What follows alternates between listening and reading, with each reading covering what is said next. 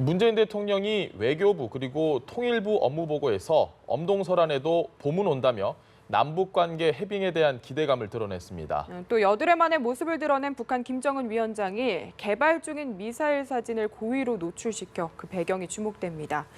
한국국가전략연구원의 문성문 통일전략센터장, 국립외교원 신범철 교수와 함께 관련 내용 짚어봅니다. 안녕하십니까? 네, 안녕하십니까?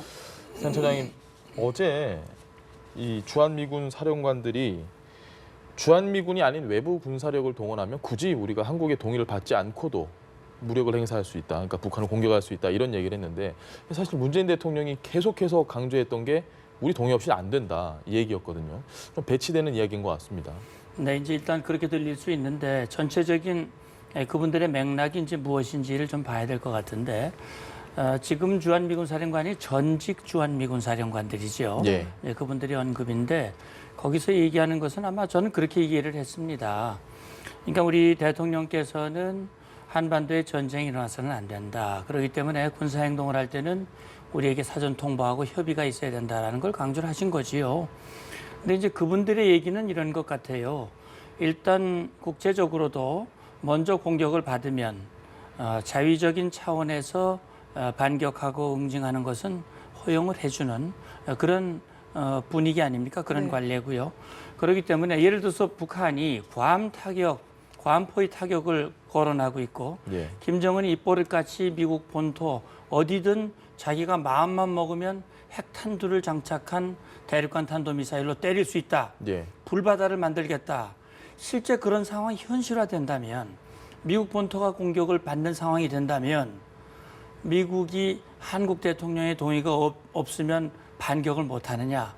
그런 거는 아니겠지요. 예. 그건 우리도 마찬가지입니다. 또 우리가 동맹국 아닙니까? 동맹이라고 하는 것은 공동의 적을 놓고 공동의 적이 동맹 한 나라를 공격하면 내가 공격당한 걸로 생각하고 함께 반격하는 거거든요. 예. 그러니까 만약에 북한이 미국을 공격했다면 그건 우리도 바로 반격을 해야 됩니다. 동맹국이기 때문에. 그래서 주한미군 사령관들의 얘기가 지금 우리 대통령의 그 언급과 배치되는 것이라고 생각되지는 않습니다. 왜냐하면 그런 상황이 된다면 당연히 우리 대통령도 동의를 하셔야 되겠죠. 예. 전쟁 상황인데. 그래서 그런 부분들에 대한 좀 어떤 배경 이해가 있었으면 좋겠다는 생각이 듭니다. 알겠습니다.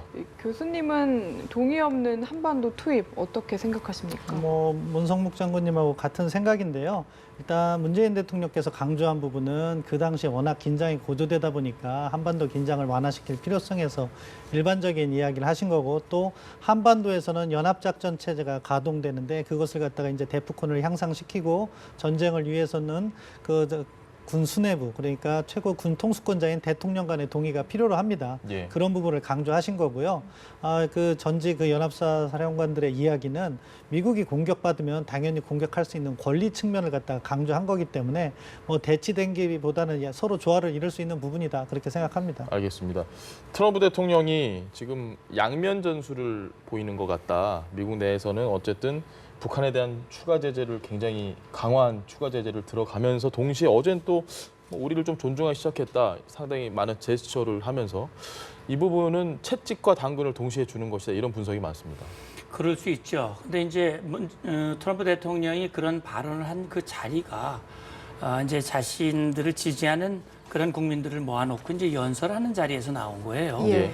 그러면서 자기가 최근에 그 화염과 분노 그런 아주 강력한 발언을 하고 그것 때문에 북한이 반발하면서 8월 위기설, 전쟁설 뭐 이런 것들이 나왔단 말이죠. 근데 트럼프 대통령은 자기의 그런 강력한 발언, 그것이 효과를 보고 있다. 예. 다시 말하면 북한이 자기들을 존중한다는 의미는 북한이 이 트럼프 대통령이 말이 아니라 행동으로 옮길 수 있기 때문에 그걸 잘 새겨듣고 이제는 꼬리를 내리고 미국의 요구에 순응할 가능성이 있다고 본다. 예. 다시 말하면 자기의 발언이 굉장히 효과를 얻고 있고 그것이 결과로 이어질 수 있다.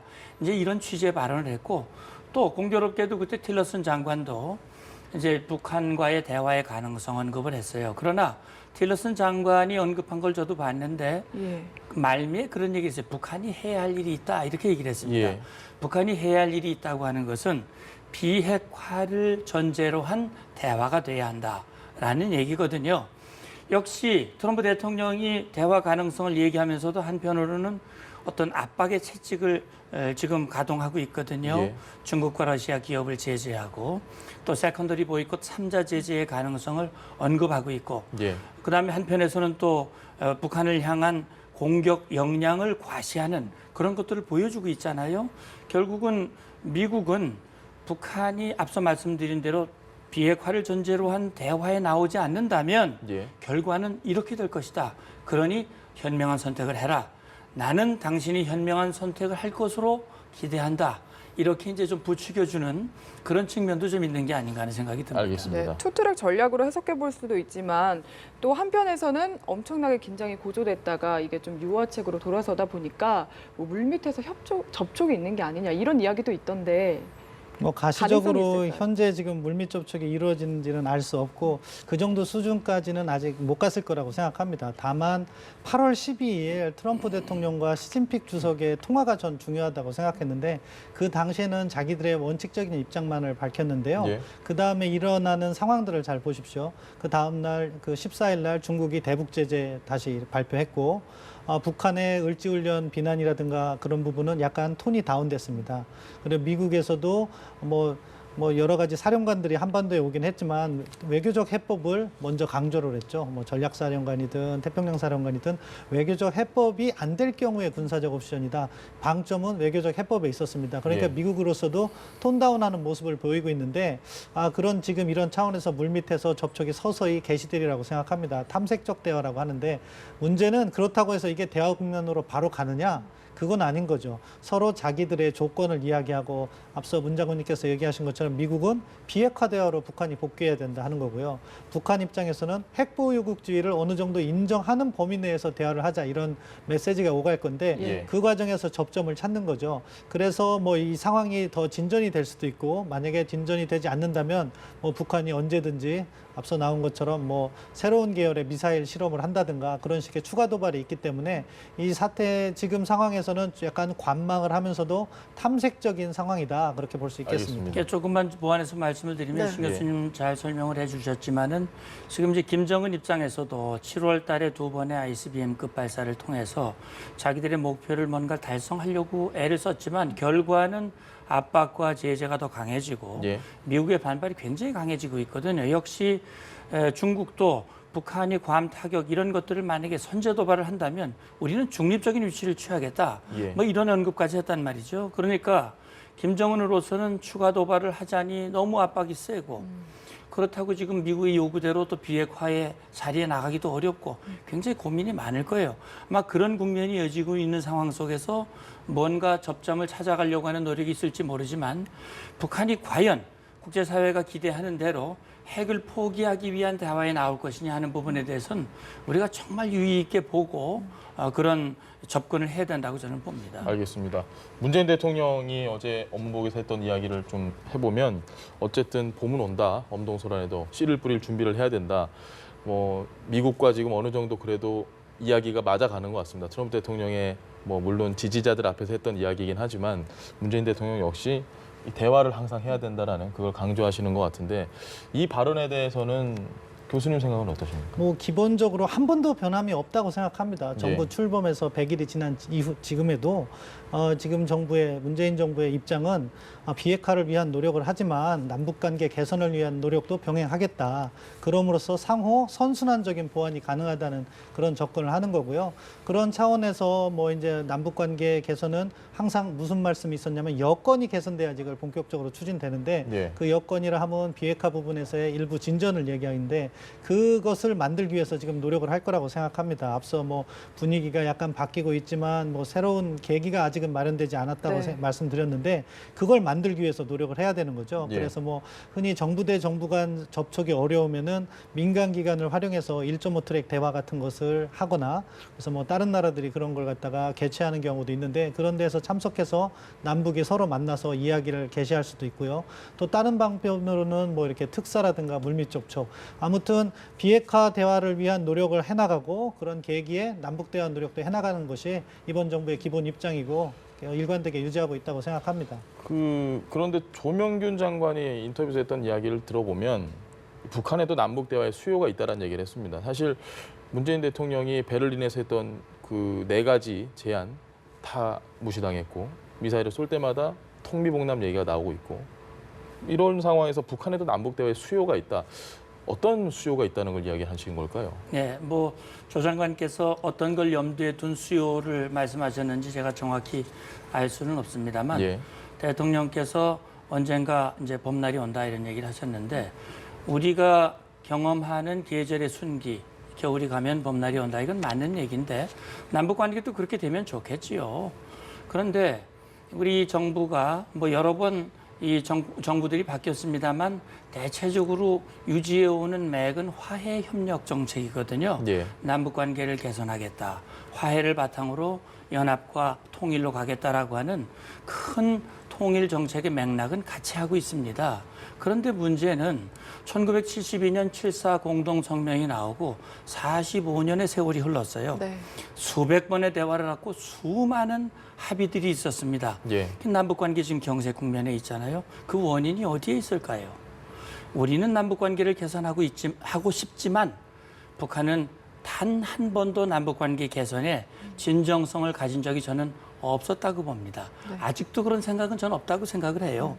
그러니까 북한은 남북 대화라고 하는 것을 남북 관계 개선을 위해서 나온 것이 아니라 자기들의 필요를 채우기 위해서 예. 고립됐을 때는 고립을 만회하기 위해서 경제적인 필요를 채우기 위해서는 그 실리 확보를 위해서 이 한미 관계를 이간시키고 남남 갈등을 하기 위해서는 그 목적을 위해서 대화에 나왔어요. 그러니까 북한은 자기들이 아쉬우면 늘 먼저 대화하자 그랬고 대화에 나왔었습니다. 예. 그러나 그렇게 해서 합의를 다 하면 자기들이 불리하면 안 지켜왔단 말이죠. 그래서 문제는 대화를 하느냐 안 하느냐도 중요하지만 어떤 대화를 하느냐가 훨씬 더 중요하다.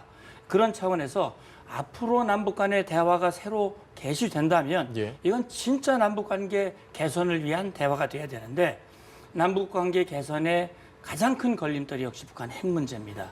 따라서 김정은이 스스로 핵을 내려놓으려고 생각하지 않으니 예. 김정은이 핵을 내려놓을 수밖에 없는 환경을 만들어줘야 된다. 그것이 미국과 국제사회가 힘을 합쳐서 노력을 하고 있는데 우리도 거기에 힘을 보태서 강력하게 하고 북한이 태도를 바꾸면 언제라도 문을 열고 북한을 지원할 수 있는 준비는 착착 해나가야 되겠지요. 네. 알겠습니다. 말씀하신 대로 김정은 위원장은 여전히 좀 생각이 없는 것 같아 보이는 게 최근 행보를 살펴보면 과학재료 연구소를 시찰을 하면서 북극성 3형과 지금 추정이긴 합니다만 그것과 지금 화성 13형을 은근히 또 사진에 노출을 시켰거든요. 역시나 뭐 새를 과시하기 위한 의도라고 봐야 될까요? 예, 제가 앞서 말씀드린 것처럼 약간 7월 달에 비해서 지금 약간 북한도 톤다운을 하고 있잖아요. 그런 네. 과정에서 자기들이 물러설 수 없다는 걸 또 과시한다고 생각합니다. 그래서 자기들의 역량이 있다는 걸 일부러 보여주기죠. 따라서 이번에 그 연구소 방문한 거는 사실은 북한이 약간 변화된 모습이라고 생각해요. 북한이 도발을 하려고 하면 그런 거 보여주지 않고 미사일을 쐈겠죠. 따라서 그걸 하는 대신에 이걸 보여줬다는 건 우리한테는 기회 요인이라고 생각하고요. 앞서 문 장군님께서 아주 좋은 포인트를 말씀해 주셨는데 뭐냐? 우리가 남북관계 개선해야 되고 북한과 대화를 해야 되는데 예. 문제는 북한이 대화에 온다고 해도 그게 북한이 변했다고 이렇게 바로 판단해서는 안 된다는 거죠. 북한은 북한 나름대로의 이유가 있겠다는 걸 우리가 그 이면을 파악하고 북한이 다시 대화에 나왔는데 다시 돌아가지 않도록 예. 제도적으로 그걸 만들어야 됩니다. 그렇기 때문에 지금 아까 말씀드린 것처럼 북한이 대화로 올 수밖에 없는 환경을 만드는 것은 지금 당장에서는 압박인 거죠. 그리고 국제 공조. 그래서 북한이 대화에 나오면 우리는 북한에게 인센티브를 많이 제공하지만 만약에 북한이 변화된 모습으로 돌아간다고 하면 과거에 있었던 제재들, 압박 수단 그것이 자동적으로 이렇게 부활할 수 있는 그런 체제를 만들면서 우리가 대화를 준비해야 된다. 그렇게 생각합니다. 알겠습니다. 김정은의 모습이 사실 요즘 굉장히 자주 보이는데 8일 만에 모습을 나타내서 저는 무슨 이야기를 할지 궁금했거든요.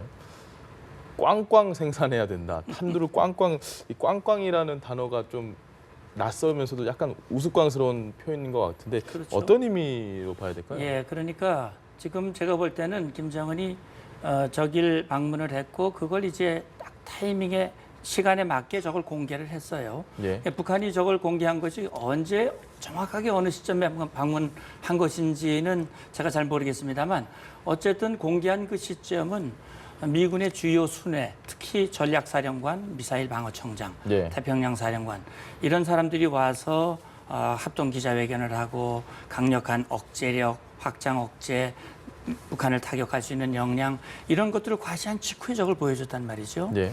우리는 모든 역량을 가지고 있다. 특히 북한이 7월 달에 2번의 ICBM급을 발사했는데 미국이나 국제사회에서는 북한이 아직은 이 탄두 재진입 기술은 아직 좀 부족하다. 예. 탄두의 경량화도 아직은 좀 이르지 못하고 있다. 뭐 이런 얘기를 하고 있으니 아니다. 우리는 다 돼 있다. 그 화학재료연구소가 바로 그거 만드는 곳이거든요. 유치하지 않습니다. 우리는 얼마든지 할 수 있고 꽝꽝이라고 하는 것은 아주 자동 생산하듯이 예. 많이 할 수 있다. 우리는 북한이 가지고 있는 수천 발의 미사일에 다 장착할 수 있을 정도로 그 아주 탄두 재진 그 역량을 가진 그런 탄두들을 많이 생산해라. 그리고 거기에 보여주는 그 화성 13형이라든지 북극성 3형 고초연료를 사용한 더 발전된 미사일 역량을 그렇게 과시해 주는 모습을 보여줌으로써 예. 국제사회, 당신들이 우리를 아무리 압박해도 소용없다. 우리는 바뀌지 않는다. 우리는 말한 대로 행동으로 옮길 수 있는 능력을 가지고 있다. 이걸 보여주고 싶어한 그런 마음인데 말씀하신 대로 참 유치하기 짝이 없는 그런 행동이지요. 네, 네. 알겠습니다. 오늘은 여기까지 저희가 좀 대화를 나눠봐야 될 것 같습니다. 말씀 고맙습니다. 네, 잘 고맙습니다. 들었습니다. 고맙습니다.